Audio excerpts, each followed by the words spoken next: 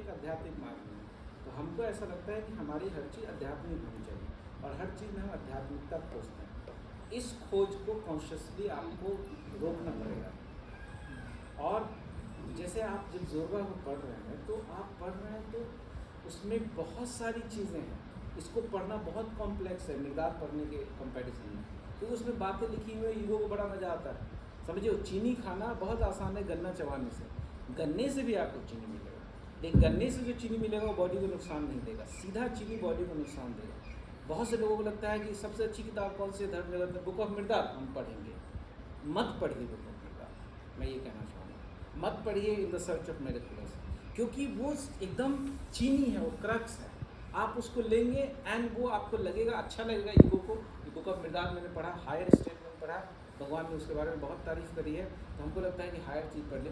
लेकिन भगवान को या किसी को भी बुक ऑफ मिर्दाद समझने के लिए, समझिए पोइट्री बहुत मुश्किल होता है समझना, उससे भी मुश्किल होता है। जैसे शेर है, 2 लाइन में बात कही गई है, लेकिन आलस से मन क्या चाहता है, आलसी मन क्या कहता है, हम पोइट्री पढ़ेंगे, हायर चीज़ है, हमको किताब पढ़ने की क्या ज़रूरत है। इस टेंडेंसी को आप लोग ड्रॉप करिए। बहुत से बोधिसत्व ऐसे हैं जो उपन्यास नहीं पढ़ना चाहते, उनको लगता है उपन्यास भगवान क्या पढ़ाते हैं ये सब, सीधा हायर चीज़ दीजिए ना हमको, सीधा ज्ञान की बातें बताइए हमको, धम्पद पढ़ाइए, हमको ये पढ़ाइए।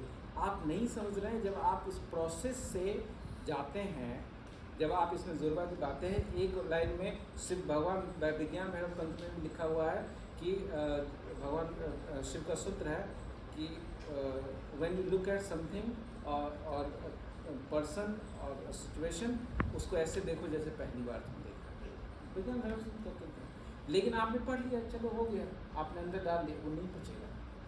लेकिन जब आप ज़ोरबा को पढ़ रहे हैं तो आप एक प्रोसेस से वहाँ तक पहुँचे।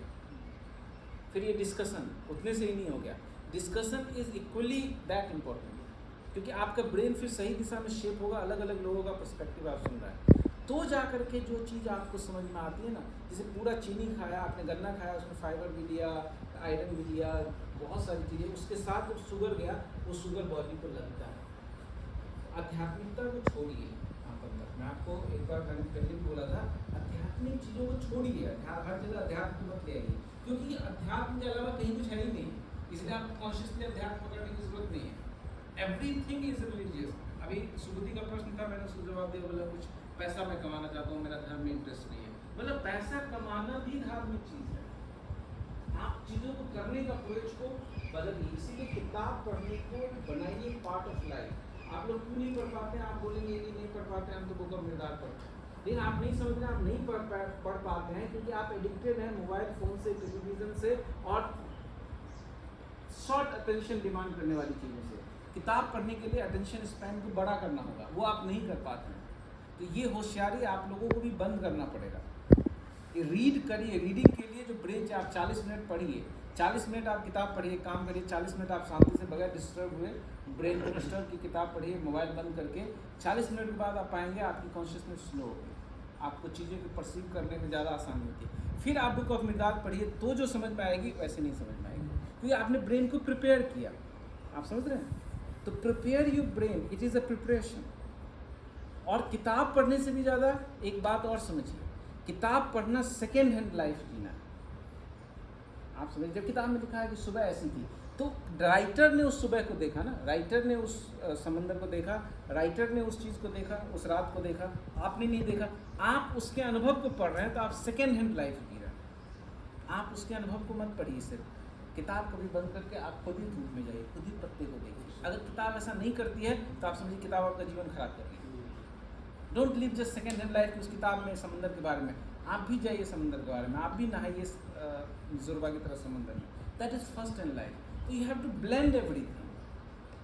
तो बुक ऑफ मिर्दाद बहुत अच्छी किताब है, लेकिन मैं उसको कभी डिस्कशन में भी शामिल नहीं करना चाहूँगा। मैं चाहता हूँ आप उपन्यास पढ़िए, आप अंतिम अरण पढ़िए, उसमें आध्यात्मिकता इतनी है। लेकिन वाई यू ऑलवेज सीक आध्यात्मिकता? आध्यात्मिक मोटिवेशन ही आपको चाहिए हमेशा। मोटिवेशनल वीडियो से ज़्यादा कम मोटिवेट करने वाली चीज़ कुछ भी नहीं होती। मोटिवेशनल वीडियो से किसी का फ़ायदा नहीं होता, सिर्फ उस आदमी के जो जिसने उसको बनाया है। आपको कुछ फ़ायदा नहीं होगा, कि direct motivation doesn't work. You have to live a life. तो इसीलिए उपन्यास को महापंथक पढ़ो और पढ़ने के लिए क्या करना पड़ेगा? सबसे पहली बात पाओगे कि जो हमारा अटेंशन चुराने वाली चीज़ें हैं उससे दूर होना पड़ेगा। मोबाइल अटेंशन चुराता है, आप 1 मिनट के लिए उठाने के लिए जाइए, वो आधा घंटा ले लेगा। किताब अटेंशन नहीं चुराएगी, आप कहीं भी छोड़ दीजिए, पढ़ा है उसको मतलब ही नहीं। इसीलिए आप बोलते हैं 50 पेज पे छूट गया, 100 पेज पे छूट गया, इस पे छूट गया, उस पे छूट गया। क्यों? ये डिस्कशन में करना है। ये 3 दिन की किताब है, बिलीव मी 150 पेज मैंने 1.5 दिन में पढ़ा है। मैं इन दिनों बहुत सारे काम चल रहा था, मैं एक बार पढ़ चुका हूँ, इसीलिए मुझे अर्जेंसी भी नहीं लगा। Otherwise I would have completed in 21 दिन में इसने वॉर एंड पीस कंप्लीट कर दिया। इट गिव्स यू समथिंग, तो take reading and writing very seriously. आप इसको लीजिए। मैं बोलता हूँ किताब पढ़ने के फ़ायदे हैं। किताब से जो फ़ायदा मिलेगा, ज़ोरवा पढ़ना है आपको बहुत कुछ समझ में आएगा, लेकिन पढ़ना itself is exercise for the brain. ये बात को समझ रहे हो? तो पढ़ना को स्पिरिचुअल चीज़ की तरह लो। किताब पढ़ना, स्पिरिचुअल किताब पढ़ना बहुत कम पढ़ना है, माइंड इट। अखबार पढ़ना, कोई किसी को बोलता हूँ कि आप पढ़िए, तो हम तो पढ़ते हैं, फेसबुक पे भी पढ़ते हैं, होर्डिंग भी पढ़ते हैं, अखबार भी पढ़ते हैं, वो रीडिंग नहीं। Reading is only when you read a novel and you read एक सिटिंग में कम से कम आप 45 मिनट पढ़ते हैं, एक डिसिप्लिन रीडिंग, तो आप पाएंगे। फिर आप डिस्कशन में आएंगे ना। जब मैं डिस्कस करूँ आप लोगों के साथ, तो मैंने 140 पेज किया, अगर मैंने पूरी किताब पढ़ा होता तो मुझे लग रहा है 2-3 दिन में डिस्कशन कंप्लीट होता होगा। There is so many things, समझे? आपका ब्रेन एकदम हाइटेंड हो जाता है। और किताब पढ़ के जब आप उठते हैं ना, जैसे आपने वो फिल्म देखी, कई बार समटाइम्स फिल्म एज वेल, कुछ फिल्में ऐसी होती हैं जब आप देखते हैं उसको, वर्ल्ड सिनेमा के देखते हैं, तो आप जैसे आप परफेक्ट डेज फिल्म आई थी, परफेक्ट डेज को आप देख के निकलते हैं तो आपको आवाज़ ही सुनाई देने लगती है, बिकॉज वो आपके सेंसेस पे काम करता है। आप विंड विल कैरी देखिए, आप अल्पस्तीनो देखिए, आप the monk with the gun देखिए, आप where is my friends home देखिए, आप सेक्रीफाइस देखिए, आप स्टॉकर देखिए, आप मिरर देखिए तारकुवस्की की। आप पाएंगे 3 घंटा का मिरर देखना इज ए एक्सपीरियंस। यह स्टॉकर देखना एक्सपीरियंस है। एक दृश्य 3 मिनट तक रुका हुआ है, कुछ भी नहीं हो रहा है, फॉर 3 मिनट्स। जब आप उसको देखते हैं तो your brain is prepared for spirituality, enlightenment. Enlightenment बहुत बड़ी चीज़ है। मैं तो चाहता हूँ कि आप लोग बात करने में बंद कर दीजिए word, that should be a curse word for you. क्योंकि आप बोलने से उसको बहुत छोटा बना देते हैं, बोल बोल के एनलाइटनमेंट, एनर्जी, कुंडलनी, फलाना ठिकाना। पहले डिजर्व देन डिजायर, और जब आप डिजर्व करते हैं तो डिजायर करने की जरूरत नहीं। Enlightenment is the by product of life which is lived in totality. कब आपके जीवन में एनलाइटनमेंट का फूल खिल जाएगा आपको पता नहीं चलेगा। खोजते रहेंगे, नहीं मिलेगा, वहाँ तो बिल्कुल नहीं मिलेगा। अहमद फराज का एक शेर है कि बड़ा सुंदर शेर है, आई एम फॉरगेटिंग इट। खोज उजरे हुए लोगों में वफा के मोती, मुमकिन है कि ये खजाना तुमको खराबों में हो। खराबों मतलब पीने वालों, कि उन लोगों में खोजो, जब वहाँ पे मत खोजो जहाँ पे तुम सोचते हो, वहाँ खोजो, मुमकिन है ये खजाना तुमको खराबों में मिले। तो रिलीजन आपको लगता है कि अध्यात्म बुक ऑफ मिर्दाद में नहीं, सबसे ज़्यादा आध्यात्मिक किताब है हमारे लिए अभी, वहाँ कुछ हाथ नहीं लगेगा सिवाय बातचीत के।